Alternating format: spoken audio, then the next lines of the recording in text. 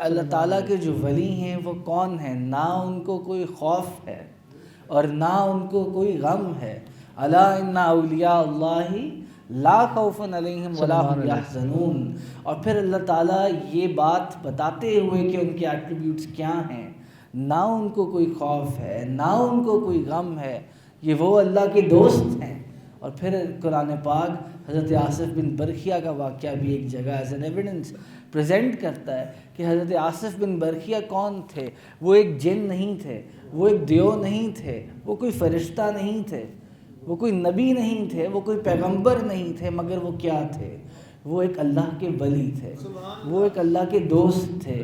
ہمارے پیر مرشد فرماتے ہیں کہ وہ رجال الغیب میں سے تھے، وہ ایک اللہ تعالیٰ کے ولی تھے جن کی نگاہ سے اور جنہوں نے اپنے تصرف سے اس تخت کو جو ملکہ سبا کا تھا، وہ جو کئی ہزاروں میل سینکڑوں میل دور تھا، انہوں نے اس تخت کو ایک آنکھ کے جھپکنے سے بھی پہلے وہ اس کو حضرت سلیمان علیہ السلام کی دربار میں لے کے آ گئے۔ تو یہ اللہ تعالیٰ کے ولیوں کا تصرف ہے اور یہ ان کی کرامت کو ظاہر فرماتا ہے۔ ہم حضرت السلام کی امت کے ولی کا واقعہ ذکر کریں تو ہم دیکھتے ہیں کہ کیسی عجیب و غریب کرامت تھی۔